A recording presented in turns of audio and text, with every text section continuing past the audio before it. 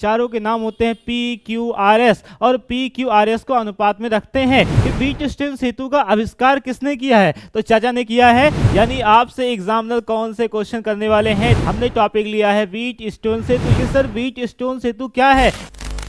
Hello बच्चों, क्या हालचाल बच्चों। आज हम बात करने वाले हैं 12th फिजिक्स का वाइवा, यानी आपसे एग्जामिनर कौन से क्वेश्चन करने वाले हैं। जैसा कि यहाँ आपके पीछे दिख रहा होगा प्रैक्टिकल वाइवा 12th फिजिक्स का हमने टॉपिक लिया है व्हीटस्टोन सेतु। यानी व्हीटस्टोन सेतु आपने अपने चार्ट पेपर में कहीं ना कहीं बनाया है, तो उसमें से कितने क्वेश्चन आपसे एग्जामिनर पूछने वाला है। तो चलिए शुरू करते हैं, आपको प्यारे अंदाज में बताते हैं भाई व्हीटस्टोन सेतु से पूछे जाने वाले सभी महत्वपूर्ण प्रश्नों के बारे में। तो यहाँ पर आपके सामने पहला प्रश्न सबसे पहले आता है कि सर व्हीटस्टोन सेतु क्या है। जैसे ही आप चार्ट को एग्जामिनर के सामने देंगे, चार्ट में देख करके व्हीटस्टोन सेतु आपसे यही कहेगा कि व्हीटस्टोन सेतु क्या है। तो यहां पर देखिए, यह एक विद्युत परिपथ है। व्हीटस्टोन सेतु क्या होता है? यह एक विद्युत परिपथ है जो इस तरह से आपने चार्ट में बनाया है। इसमें 4 प्रतिरोध लगे होते हैं, चारों के नाम होते हैं पी क्यू आर एस, और पी क्यू आर एस को अनुपात में रखते हैं। यहाँ बीच में हमारा क्या लगा है? गैल्वेनोमीटर, जिसे चार्ट से देख करके आपसे क्वेश्चन किया जाएगा।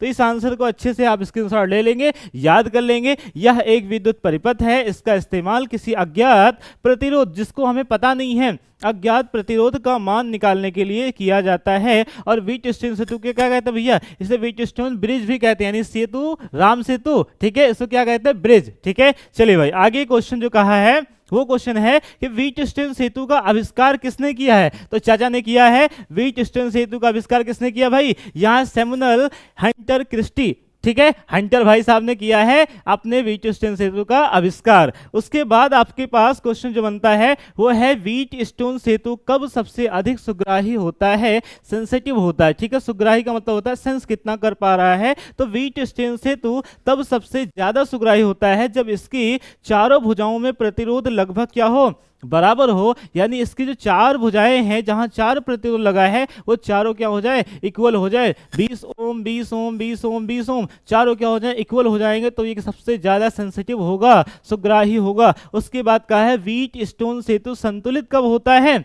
PQRS, ठीक है, अनुपात में, जब गैल्वेनोमीटर से कोई धारा नहीं गुजरती है। यानी बीच में हम अगर व्हीटस्टोन सेतु का कोई सवाल भी आपके एग्जाम में आता है और बीच में कोई भी प्रतिरोध लगा है, गैल्वेनोमीटर लगा है, वोल्ट मीटर लगा है, इसका मतलब उसमें क्या होगा? धारा का विक्षेप क्या हो जाएगा? शून्य हो जाएगा। तो इसलिए हम लोग लगाते हैं कि उससे पता लगे कि वोल्टेज कितना है। ठीक है, गैल्वेनोमीटर बताता है, धारा का मापन करता है, धारा का संसूचन करता है। उसके बाद आपके पास सामने क्वेश्चन बस यहाँ मिल जाएगा, व्हीटस्टोन सेतु का सिद्धांत क्या है?